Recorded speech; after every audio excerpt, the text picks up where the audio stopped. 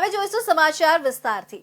સુરત મહાનગરપાલિકા વિભાગમાં આવેલા ઉધના સાઉથ ઝોનના લક્ષ્મીનારાયણ ઇન્ડસ્ટ્રીમાં સ્લેબ પડવાથી મજૂરના મોતનો મામલો હજુ શાંત થયો નથી। ત્યાં તો લાંચિયા કર્મચારીની કરતૂત બહાર આવી છે, જેમાં પૈસા લઈને ગેરહાજર કર્મચારીની હાજરી પૂરવાની હકીકત સામે આવી રહી છે। કોઈકને કોઈક કારણસર વિવાદોમાં રહેતી સુરત મહાનગરપાલિકાનો વધુ એક વિવાદ સામે આવ્યો છે।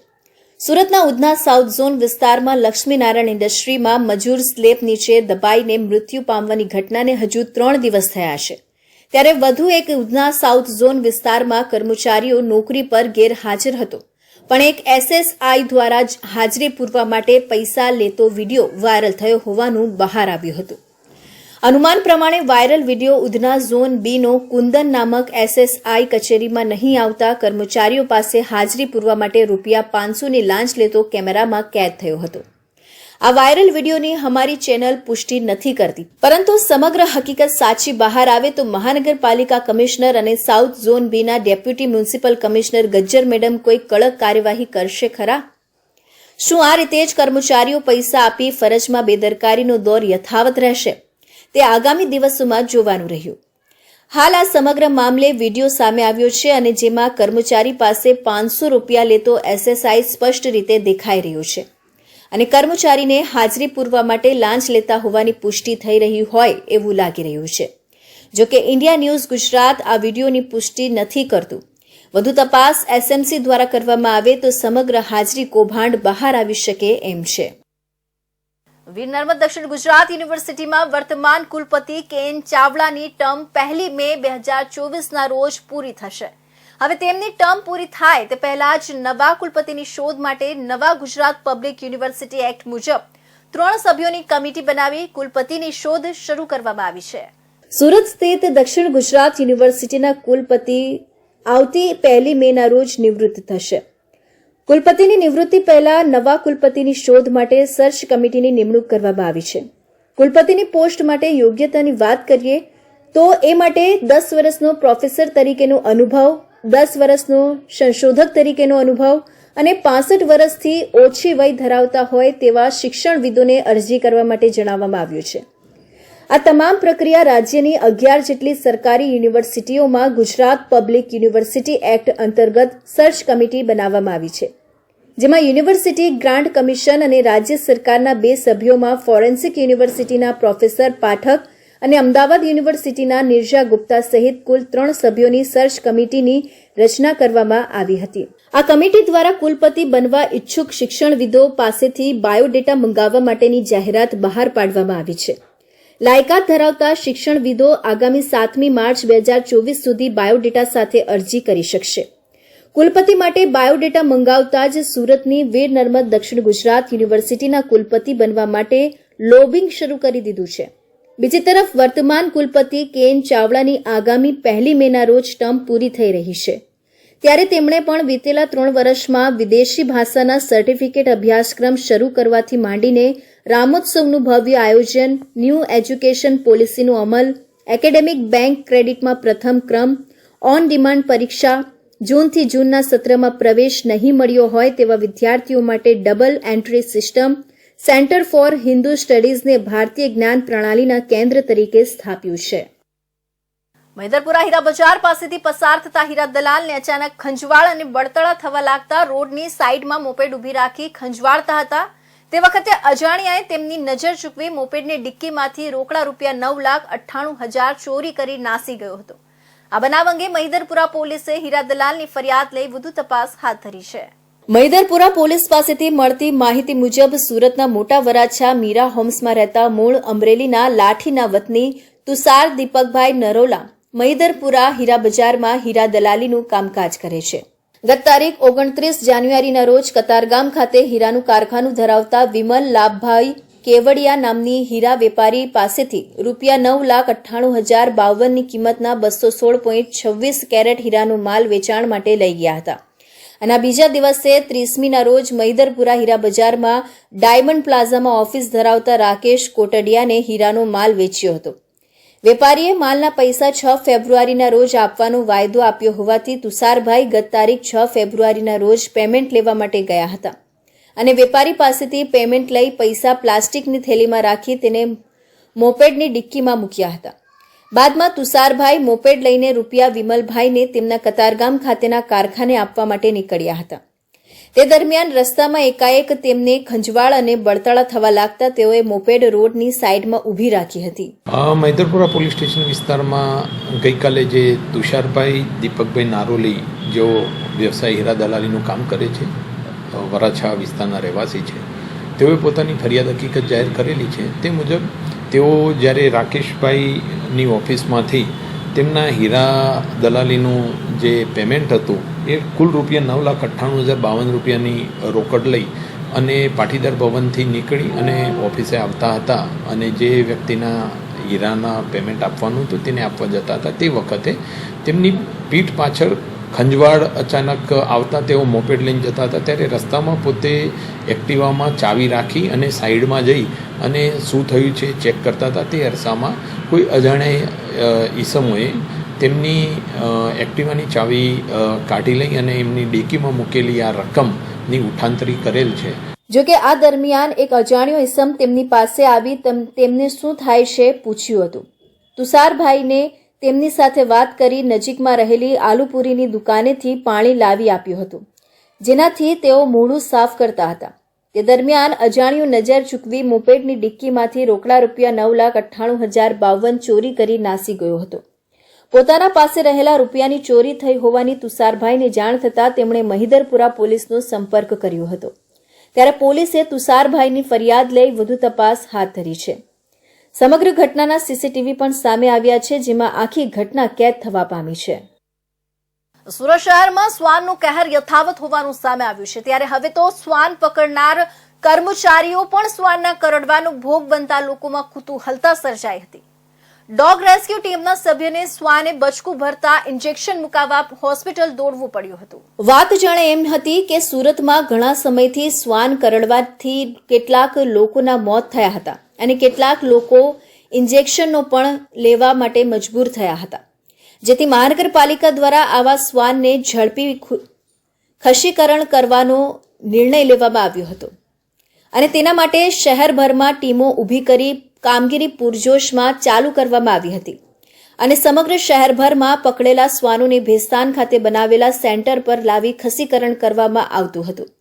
પરંતુ આજરોજ ભેસ્તાન સેન્ટર ખાતે ફરજ બજાવતા એક અનિલ પરિયા નામક કર્મચારીને શ્વાનને પકડી ભેસ્તાન ખાતે મૂકવા આવેલા અને શ્વાન ગાડીમાં આવેલા પાંજરામાંથી શ્વાનને કાઢતા અનિલ નામક કર્મચારીને એક શ્વાને બચકું ભરી લીધું હતું, જેથી ત્યાં હાજર તમામ સ્ટાફના કર્મીઓમાં કુતૂહલતા જોવા મળી હતી. હાજર સ્ટાફે અનિલ નામક કર્મચારીને તત્કાલ સારવાર માટે હોસ્પિટલ લઈ જવાયો હતો.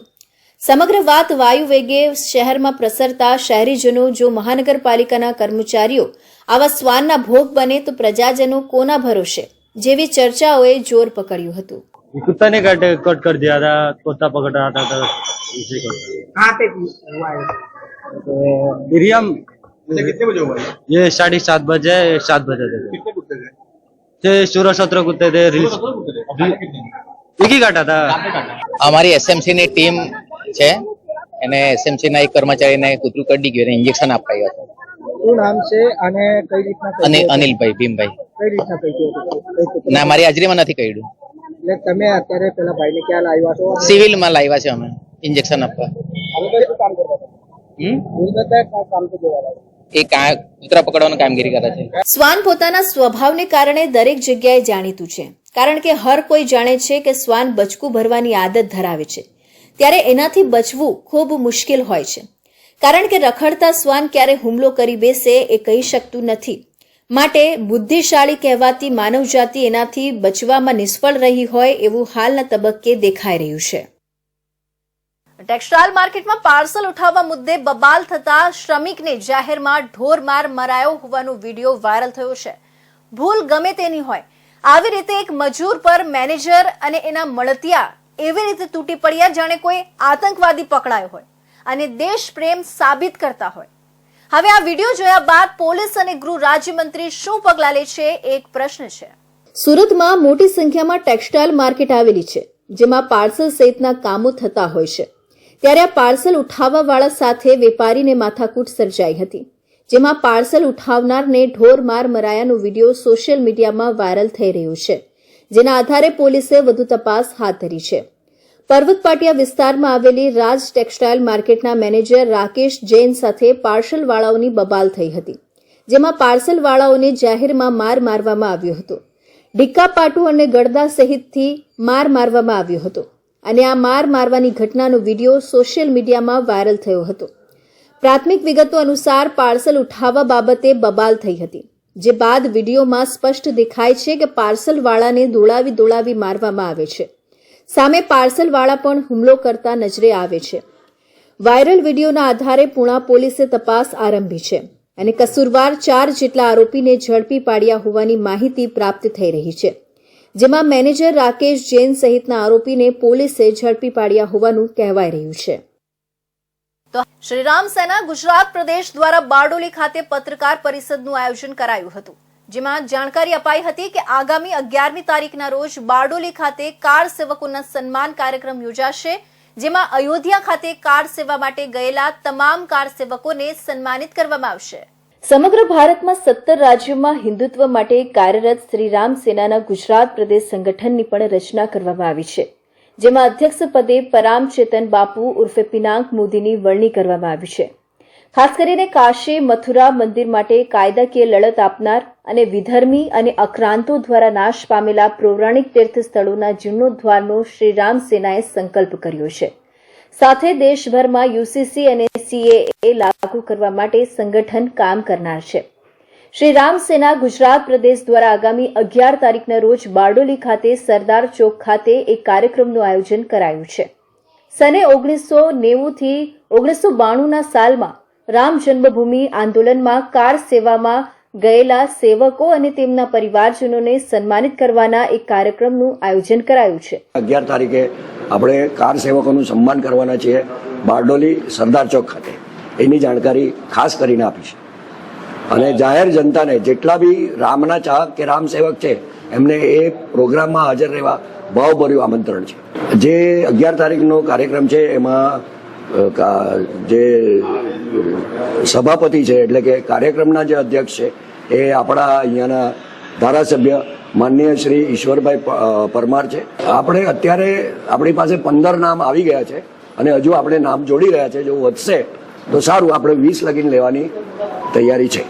શ્રીરામ સેના ગુજરાત પ્રદેશ દ્વારા આયોજિત કાર્યક્રમમાં કાર સેવકોના સન્માન સાથે આગામી દિવસોની કામગીરી અંગેની રૂપરેખા પણ નક્કી કરવામાં આવનાર છે, કારણ કે મથુરા અને કાશી સહિતના ધર્મસ્થાનો પર થયેલા વિધર્મી હુમલા બાદ ધર્મસ્થાનના અધિકાર પુનઃ પ્રાપ્ત કરવાની કાનૂની લડાઈ સહિત લાંબી ચાલનારી પ્રક્રિયા માટે અળમપોલ સહિતની કામગીરી માટે સમગ્ર સનાતન ધર્મના યુવાનોને એકત્ર કરી આગામી દિવસોમાં અનેક કાર્યો કરવાનું આયોજન કરવામાં આવ્યું છે. સુરત મહાનગરપાલિકાના સફાઈ કર્મચારીઓ અને door to door garbage collection કરતી ટીમની ઉત્કૃષ્ટ કામગીરીને કારણે દેશભરમાં સ્વચ્છતા સર્વેક્ષણમાં સુરત શહેર પ્રથમ ક્રમ મેળવ્યો છે. પરંતુ માત્ર તેમની ફરજ પૂરતા પ્રમાણિક ન રહેતા અને તેમને મળેલા સોનાના દાગીના ભરેલો બોક્સ પણ તેઓએ પ્રમાણિકતાપૂર્વક તે વિસ્તારના અધિકારીને જાણ કરી મૂળ માલિકને શોધવા પ્રયાસ કર્યો, પરંતુ માલિક ન મળતા આખરે પોલીસને આ તમામ દાગીના જમા કરાવ્યા હતા. ઈસ્ટ ઝોન એ વરાછા વિસ્તારમાં door to door garbage collection દરમિયાન પુણા ગામના વિસ્તારમાં door to door garbage collection કરે છે.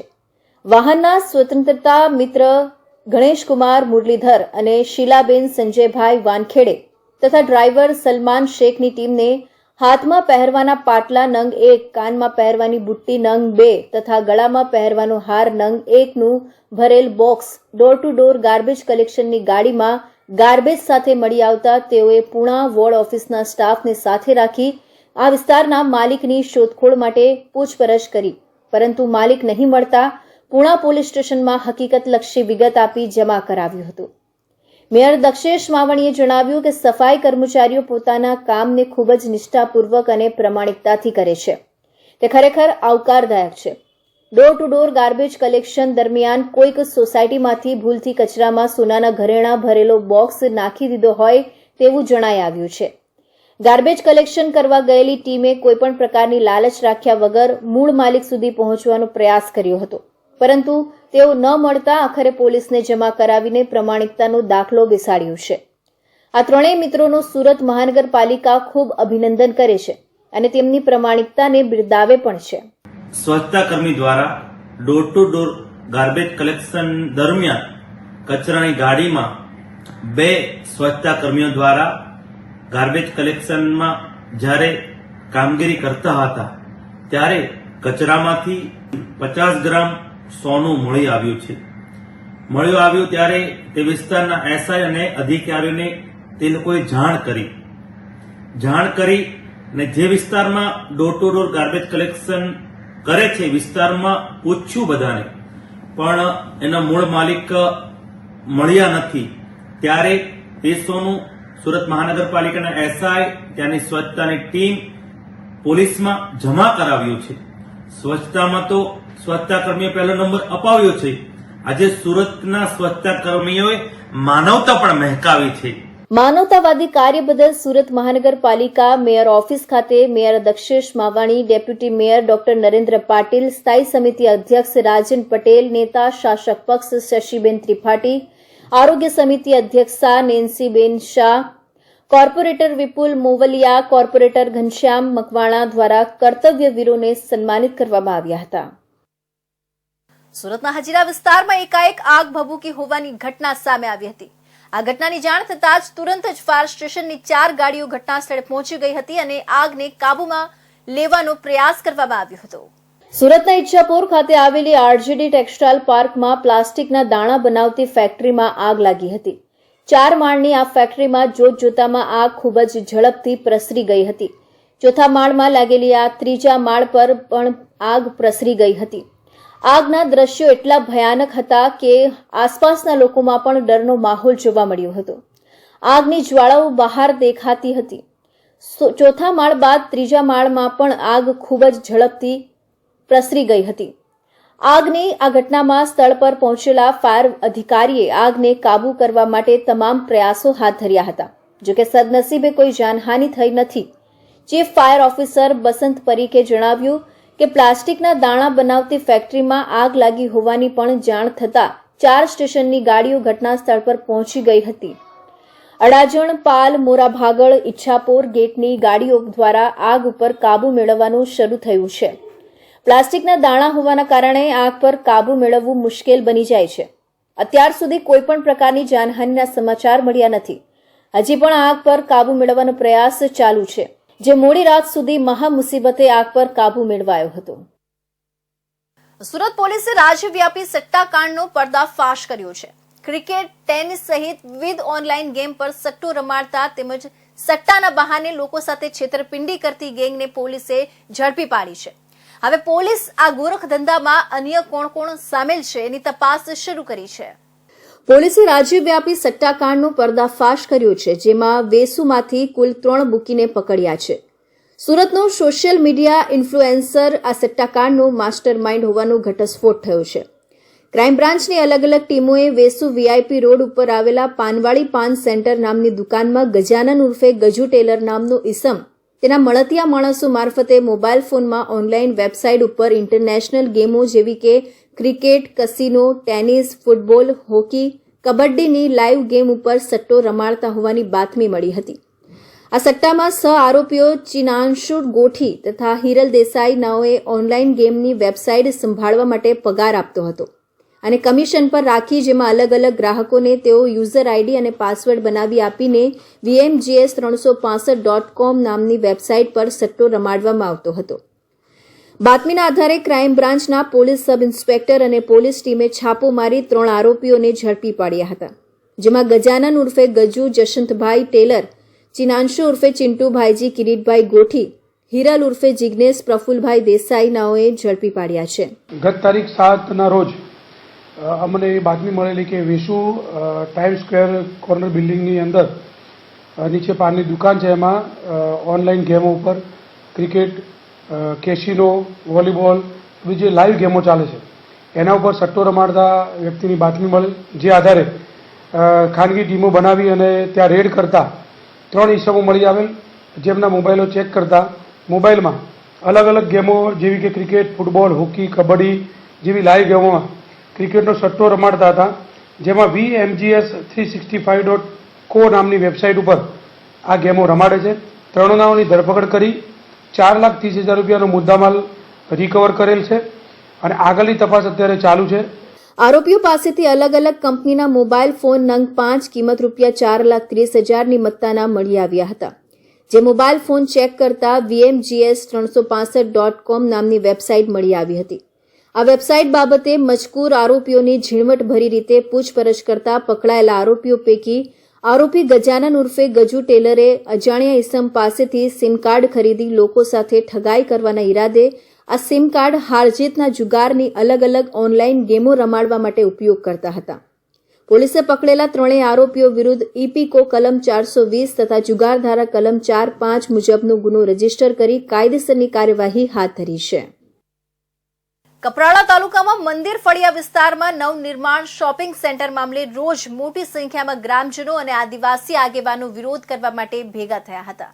શોપિંગ સેન્ટરના બિલ્ડરો દ્વારા તોડી પાડવામાં આવેલા બસ સ્ટેન્ડ તેમજ નીલગીરીના વૃક્ષો કાપી નાખવામાં આવ્યા, જેને લઈને સ્થાનિકોએ વિરોધ કર્યો છે. કપરાડા તાલુકામાં મંદિર ફળિયા વિસ્તારમાં નવનિર્મિત શોપિંગ સેન્ટર મામલે ગુરુવારના રોજ મોટી સંખ્યામાં ગ્રામજનો અને આદિવાસી આગેવાનો વિરોધ કરવા માટે ભેગા થયા હતા.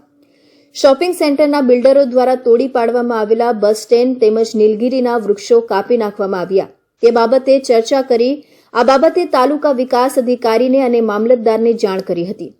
વૃક્ષો કાપવા બાબતે વન વિભાગમાં તપાસ કરતા બિલ્ડરને કોઈપણ પ્રકારની મંજૂરી આપવામાં આવી નહીં હોવાનું આદિવાસી આગેવાન જયેન્દ્ર ગાવિંતનું કહેવું છે. વધુમાં જયેન્દ્ર ગાવિંતે જણાવ્યું કે મામલતદાર દ્વારા હાલમાં બિલ્ડરોને મૌખિક રીતે ચેતવણી આપવામાં આવી છે કે જ્યાં સુધી આ પ્રશ્નનો ઉકેલ ન આવે ત્યાં સુધી કોઈપણ પ્રકારનું કામ બિલ્ડરો કરવું નહીં. કપરાડા જેવા સંપૂર્ણ આદિવાસી વસ્તી ધરાવતા વિસ્તારમાં બિલ્ડરોની જો હુકમીના પગલે ઘેરા પ્રત્યાઘાત પડ્યા હતા અને મોટી સંખ્યામાં લોકો હાજર રહી બિલ્ડરો વિરુદ્ધની લડત ચાલુ રાખવાનું આહવાન કરાયું હતું.